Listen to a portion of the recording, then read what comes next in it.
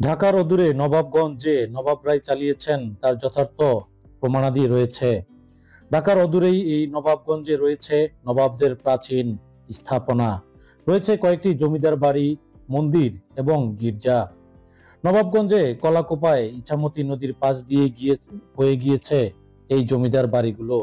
গড়ে উঠেছে প্রায় 200 বছর পূর্বে, অর্থাৎ 1800 শতকের সময়ে এই জমিদার বাড়িগুলো।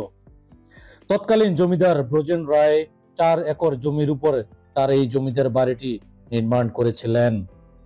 সেই সময় থেকে তাকে সুদর্শন রায় নামেও ডাকা হতো।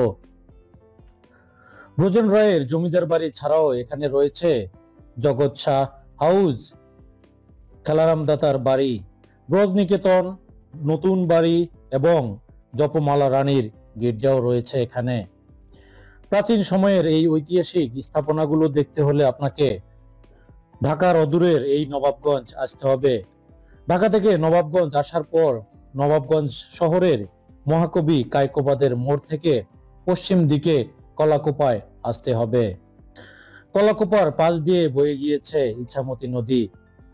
এই নদীর পাশ ঘেঁষেই রয়েছে গান্ধী মাঠ। গান্ধী মাঠ যেন নামকরণ করা হয়েছিল গান্ধী মাঠে সর্বভারতীয় সম্মেলন উপলক্ষে 1940 সালে মহাত্মা গান্ধী এই মাঠে এসেছিলেন। তখন থেকেই এই মাঠের নামকরণ করা হয়েছিল গান্ধী মাঠ এবং এই নামেই পরিচিতি পায়। কলাকোপায় এই বাড়িটি প্রায় 250 বছর আগে রাধানাথ শাহ নামে এক হিন্দু জমিদার মুর্শিদাবাদ থেকে এসে এই বাড়ি তৈরি করেছিলেন। এই বাড়িতে বসেই রাধানাথ শাহর ছেলে লবণের ব্যবসা করতেন। লিভারপুল থেকে তিনি লবণ আমদানি করে ব্যবসা চালিয়ে যেতেন নবাবগঞ্জের এই অঞ্চলে। এখানে রয়েছে ব্রজেন রায়ের তৈরি ব্রজ নিকেতন। বান্দুরা দোহার সড়কের পাশেই এই প্রাচীন বাড়িটি। এই চোখ ধাঁধানো এই বাড়িটি স্থানীয় এক ব্যক্তি খন্দকার আবুল কালাম গং ক্রয় সূত্রে মালিকানা দাবি করে প্রায় 40 বছর দখল করেছিলেন।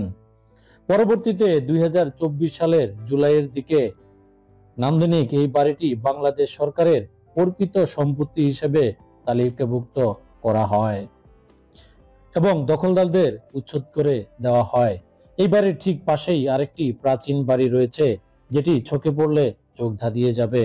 এই প্রাচীন বাড়ির সামনে বর্তমানে একটি পুকুর অর্থাৎ জলাশয় রয়েছে এবং রয়েছে অনেক গাছগাছালি। সৌন্দর্য বিনষ্ট হয়ে গিয়েছে এখানে রেস্টুরেন্ট গড়ে তুলে। এখানে যে কেউ প্রবেশ করতে পারে, এক্ষেত্রে কোনো ধরনের টিকিট কাটতে হয় না। কলাকোপায় ইছামতি নদীর পাশ ঘেঁষে জমিদার বাড়িগুলোতে এখন গড়ে উঠেছে আনসার বাহিনীর ক্যাম্প। এই ক্যাম্পটির ভিতর দিয়ে সহজেই আপনি যাতায়াত করতে পারবেন। তবে ক্যাম্পের ভিতরে এই প্রাসাদগুলোর ছবি তুলতে গেলে আপনাকে অবশ্যই অনুমতি নিতে হবে, অন্যথায় আপনি ভিডিও ধারণ করতে পারবেন না। এর যে কোনো স্থাপনা ঘুরে দেখার জন্য আপনাকে কোনো টিকিট গুনতে হবে না, তবে ঢাকা থেকে আপনাকে আসার জন্য খরচ বহন করতে হবে। খুব বেশি খরচ হবে বিষয়টি এমনও নয়। তাই ঢাকার অদূরের এই জমিদার বাড়িগুলো দেখতে আজই চলে আসুন। ভিডিওটি ভালো লাগলে লাইক, শেয়ার এবং সাবস্ক্রাইব করুন। সবাইকে ধন্যবাদ।